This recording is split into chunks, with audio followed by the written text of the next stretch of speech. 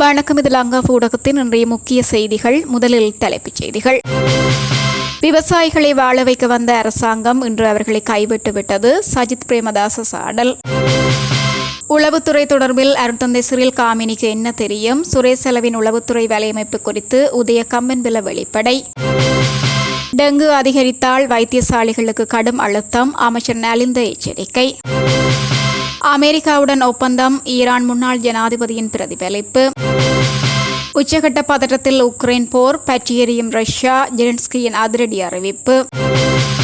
French கொடியுடன் Hormuz நீரிணையை கடந்த கப்பல்.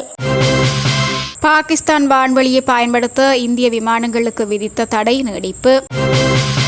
ஒப்பந்தத்தை மீறினால் குண்டுவீச்சை தொடங்குவோம், ஈரானுக்கு ட்ரம்ப் எச்சரிக்கை. வீடு வாங்குறது விற்கிறது இது சம்பந்தமா உங்களுக்கு இருக்கிற நிறைய ப்ராப்ளத்துக்கு சொல்யூஷன் தர ஒரே இடம் தான் உங்கள் செல்வாசக். Your future our vision. தொடர்பென விரிவான செய்திகள்.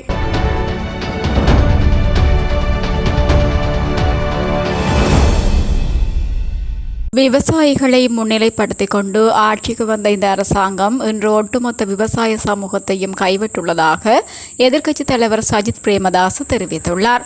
தற்போதைய அரசாங்கம் எதிர்க்கட்சியில் இருந்த சமயம் மக்களுக்காகவும் விவசாயிகளுக்காகவும் சிந்திய கண்ணீர் இன்று முதலை கண்ணீராக மாறியுள்ளது என எதிர்க்கட்சித் தலைவர் சாடியுள்ளார். தற்சமயம் ஒட்டுமொத்த விவசாயிகளும் விதை, உரம், விவசாய ரசாயன நாசினிகள், விவசாய உபகரணங்கள், யானை, மனித மோதல்கள் மற்றும் நிலையான விலை இல்லாமை போன்ற பன்முக பிரச்சினைகளுக்கும் இடர்பாடுகளுக்கும் முகம் கொடுத்து வருகின்றனர்.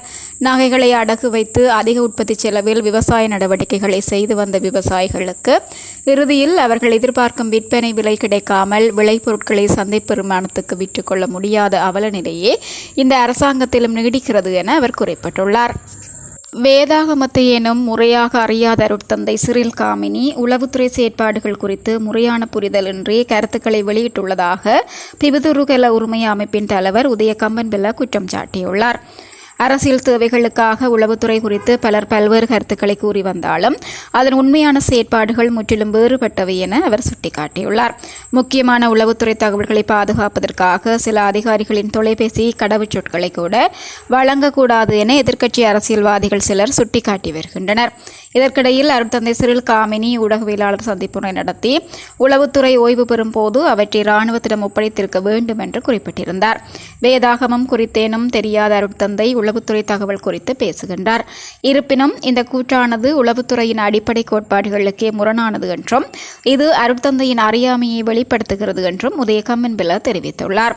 ஒரு உளவுத்துறை அதிகாரி சம்பந்தப்பட்ட அமைப்புக்குள் ஊடுருவுதல் அல்ல அமைப்பில் உள்ள ஒருவரை தகவல் வழங்குவராக தன்வசப்படுத்துவது ஆகிய இரண்டு விடயங்கள் உலகளாவிய நடைமுறைகளின்படி உளவுத்துறையினர் மனிதர்களை பயன்படுத்தி தகவல்களை சேகரிக்கும் இரண்டு முக்கிய முறைகளாக உள்ளன. தங்களது உயிரை பணயம் வைத்து தகவல் வழங்கும் இத்தகைய தகவல் வழங்குனர்கள் தாங்கள் 100% நம்பும் உளவுத்துறை அதிகாரியிடம் மட்டுமே அந்த விவரங்களை வழங்குவார்கள். விடுதலை புலி அமைப்பின் 2வது தலைவராக இருந்தவர் இந்திய உளவுத்துறைக்கு தகவல் வழங்கியதாக குற்றம் சாட்டப்பட்டு பிரபாகரனால் கொல்லப்பட்டார் என்பதும் உளவு தகவல் வழங்குவதில் உள்ள பாரதூரமான ஆபத்துக்கு ஒரு சிறந்த உதாரணமாகும் என அவர் சுட்டிக்காட்டியுள்ளார். நாட்டில் டெங்கு நோயாளர்களின் எண்ணிக்கை மேலும் அதிகரித்தால் அதனை சமாளிப்பது வைத்தியசாலை கட்டமைப்புக்கு கடினமாகிவிடும் என சுகாதார அமைச்சர் நலிந்த ஜெதிச எச்சரித்துள்ளார். டெங்கு பரவலை கட்டுப்படுத்துவதில் பொதுமக்கள் மற்றும் நிறுவனங்களின் பங்களிப்பு மிக முக்கியமானது எனவும் அவர் வலியுறுத்தியுள்ளார். வீடுகள், அரசு நிறுவனங்கள் மற்றும் பொது இடங்களை சுத்தமாக பராமரிப்பதன் மூலம் டெங்கு நுளம்புகள் பெருகுவதை தடுக்க முடியும் என அவர் குறிப்பிட்டுள்ளார். நோயாளர்களின் எண்ணிக்கை அதிகரிப்பது சுகாதாரத்துறைக்கு கடுமையான அழுத்தத்தை ஏற்படுத்தக்கூடும் என்றும் அமைச்சர் சுட்டிக்காட்டியுள்ளார். நீண்டகால திட்டங்கள் முன்னெடுக்கப்பட்டாலும் குறுகிய காலத்தில் டெங்கு பரவலை கட்டுப்படுத்துவதற்கான சிறந்த வழி நுளம்புகள் பெருகும் இடங்களை முற்றிலும் அழிப்பதே என அவர் தெரிவித்துள்ளார். நம்மை சுற்றியுள்ள சூழலை சுத்தமாக வைத்திருப்பதன் மூலமே டெங்கு நுளம்புகளின் பெருக்கத்தை தடுக்க முடியும். இதைவிட அதிகமான நோயாளர்கள் பதிவாக தொடங்கினால் நமது வைத்தியசாலை கட்டமைப்பால் அந்த நிலையை தாங்கிக் கொள்ள முடியாமல் போகும் எனவும் அமைச்சர் எச்சரித்துள்ளார். ஈரானுக்கும் அமெரிக்காவிற்கும் இடையே புரிந்துணர்வு ஒப்பந்தம் கையெழுத்தானதை ஈரானின் முன்னாள் ஜனாதிபதி ஹசன் ருஹானி வரவேற்றுள்ளார். இந்த ஒப்பந்தம் கையெழுத்தானதிலிருந்து உலகின் ஒவ்வொரு மூலையிலும் உள்ள ஒவ்வொரு ஈரானியரும் தங்கள் ஈரானிய அடையாளத்தில் பெருமிதம் கொள்கிறார்கள் என்று அவர் தெரிவித்துள்ளார். எக்ஸ் தளத்தில் வெளியிடப்பட்ட ஒரு அறிக்கையில் ஈரானின் தலைவர்கள் உறுதி, ஞானம் மற்றும் விவேகத்துடன் தேசத்தின் ஒற்றுமையை நிர்வகித்துள்ளனர் என்றும் அதே நேரத்தில் ஆயுதப்படைகள் எதிரியின் இதயங்களில் இராணுவ தோல்வியின் கசப்பான வருத்தத்தை விட்டுச் சென்றுள்ளன என்றும் ருஹானி கூறியுள்ளார்.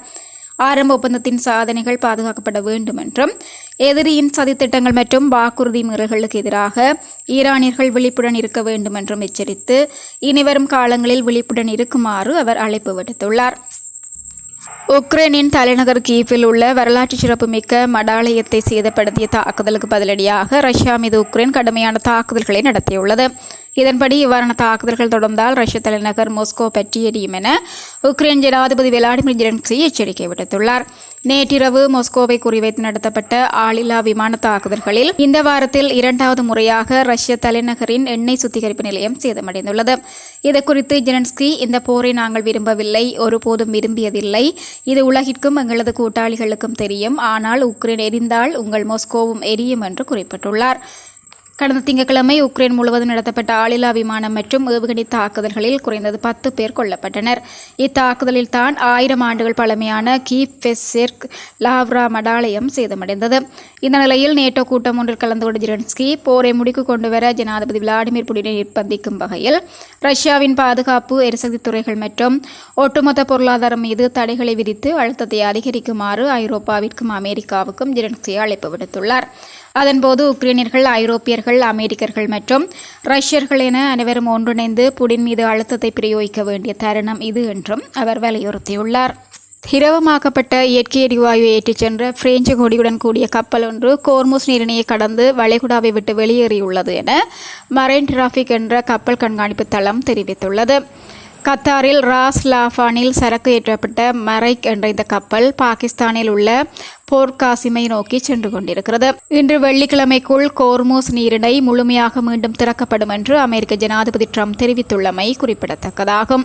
இதேவேளை இன்று சுவிட்சர்லாந்தில் அமெரிக்காவும் ஈரானும் புரிந்துணர்வு ஒப்பந்தத்தில் கையெழுத்திடவுள்ளமை குறிப்பிடத்தக்கதாகும். பகல்காம் தாக்குதலை தொடர்ந்து பாகிஸ்தான் விமானங்கள் இந்தியாவின் வான்வழியை பயன்படுத்த தடை விதிக்கப்பட்டது. பாகிஸ்தானும் தங்கள் வான்வழியை பயன்படுத்த இந்திய விமானங்களுக்கு தடை விதித்தது. அதன்படி இந்திய விமான நிறுவனங்கள் பாகிஸ்தான் வான்வழியை பயன்படுத்தும் தடை நீடிக்கப்பட்டு வருகிறது. இந்த நிலையில் இந்திய விமான நிறுவனங்களுக்கான தனது வான்வழி தடையை ஜூலை 24 வரை பாகிஸ்தான் நீட்டித்து உத்தரவிட்டுள்ளது. ஈரான் ஒப்பந்தத்தை மீறினால் கடுமையான குண்டுவீச்சு தாக்குதலை நடத்துவோம் என அமெரிக்க ஜனாதிபதி ட்ரம்ப் எச்சரித்துள்ளார். ஈரான் மற்றும் அமெரிக்கா இடையே 4 மாதங்களாக நடந்து வந்த கடுமையான போரை முடிக்கு கொண்டுவர அமெரிக்க ஜனாதிபதி ட்ரம்ப் மற்றும் ஈரான் தலைவர்கள் தற்காலிக புரிந்துணர்வு ஒப்பந்தத்தில் மின்னணு முறையில் கையெழுத்திட்டுள்ளனர். இந்த ஒப்பந்தம் இன்று வெள்ளிக்கிழமை சுவிட்சர்லாந்தில் உள்ள பெர்ஹின்ஸ்டாக்கில் அதிகாரப்பூர்வமாக நேரில் கையெழுத்தாகிறது. இதன் மூலம் உலகளாவிய கச்சா எண்ணெய் மற்றும் சமையல் கேஸ் விநியோகத்தில் 5 1 பங்கை தீர்மானிக்கும் முக்கிய பாதையான கோர்முஸ் நீரிணை இன்று முதல் முழுமையாக திறக்கப்படும் என ட்ரம்ப் அறிவித்துள்ளார். இதனைத் தொடர்ந்து அவர் மேலும் கூறுகையில், ஈரானுடனான பேச்சுவார்த்தைகளுக்காக 60 நாள் காலக்கெடுவை ஒரு கைமையான காலக்கெடுவாக கருதவில்லை. அவர்கள் சரியாக நடந்து கொள்ளும் வரை அதை பற்றி நான் பெரிதாக கவலைப்பட மாட்டேன். ஆனால் பேச்சுவார்த்தைகள் தோல்வியடைந்தால் இராணுவ நடவடிக்கை எடுக்கப்படலாம். அவர்கள் இணங்கி வராவிட்டால் நாங்கள் குண்டு வீசுவோம் என்பது ஒரு மிரட்டல் என அதை நீங்கள் எப்படி வேண்டுமானாலும் அழைக்கலாம். ஆனால் அது பெரும்பாலும் நடக்கவே செய்யும். ஈரான் ஒப்பந்தத்தை மீறினால் கடுமையான குண்டுவீச்சு தாக்குதலை நடத்துவோம். அவர்கள் அப்படி செய்வதை நான் விரும்பவில்லை. அவர்கள் ஒப்பந்தத்தை மதிக்க வேண்டும் என்று விரும்புகின்றேன் என தெரிவித்துள்ளார். சுவிட்சர்லாந்தில் வீடு வாங்க போறீங்க, இல்லை ஆல்ரெடி உங்களுக்கு அங்கே வீடு இருக்குன்னா இந்த வீடியோ உங்களுக்காக தான். ஸோ ஸ்கிப் பண்ணாமல் ஃபுல்லாக பாருங்க. ஒரு மனிதனுக்கு வீடு அப்படிங்கிறது ரொம்பவே அத்தியாவசிய தேவை. அத்தியாவசிய தேவைகளில் முக்கியமான பங்கு வகிக்கிறதே இந்த வீடு தான். ஸோ அப்படி வீடு வாங்குறது, விற்கிறது, இது சம்பந்தமா உங்களுக்கு இருக்கிற நிறைய ப்ராப்ளத்துக்கு சொல்யூஷன் தர ஒரே இடம் தான் உங்கள் செல்வாசக். Your future our vision. இப்போ சுவிட்சர்லாந்துல வீட்டோட வட்டி விகிதத்துல நல்ல மாற்றம் வந்திருக்கு, நிறைய குறைஞ்சிருக்கு. ஸோ நீங்க ஏதாவது அக்ரிமெண்ட் போட்டு வச்சிருக்கீங்கன்னா இப்பவே அதை ரெனிவல் பண்ணி மாற்றி வச்சுக்கிட்டீங்கன்னா உங்களுக்கு நிறைய ப்ராஃபிட்ஸ் இருக்கும். ஸோ இது சம்பந்தமா உங்களுக்கு ஏதாவது அப்டேட்ஸ் வேணும், இந்த மாற்றத்துல உங்களுக்கு ஏதாவது டவுட் இருக்கு அப்படின்னா மறக்காம ஸ்கிரீன்ல தெரிய நம்பருக்கு கால் பண்ணுங்க. சுவிட்சர்லாந்துல நீங்க வீடு வாங்கணும், இல்ல வீடு விற்கணும், அந்த மாதிரி ஏதாவது உங்களுக்கு தேவைகள் இருந்தா மறக்காம எங்களை காண்டாக்ட் பண்ணுங்க. உங்களோட எல்லா தேவைகளையும் உங்க ஃபேமிலியில ஒரு மெம்பரா இருந்து நாங்க பார்த்து பண்ணி கொடுப்போம். இது உங்கள் செல்வாசக். இச்செய்திகளுக்கு பிரதான அனுசரணை செல்வாசோக் இமோபிலியன், சுவிஸ் நாட்டில் முன்னணி நிறுவனம். தொடர்புகளுக்கு 07951464228. வீடு வாங்க, வீடு கட்ட, வீடு திருத்த மற்றும் வீட்டுக்கடன்.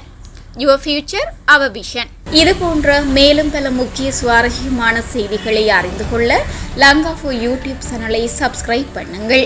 எமது செய்திகள் உடனடியாக கிடைக்க பெல் பட்டனை அழுத்துங்கள். அத்தோடு எமது செய்திகளை மற்றவர்களும் பார்வையிட ஷேர் செய்யுங்கள். நன்றி.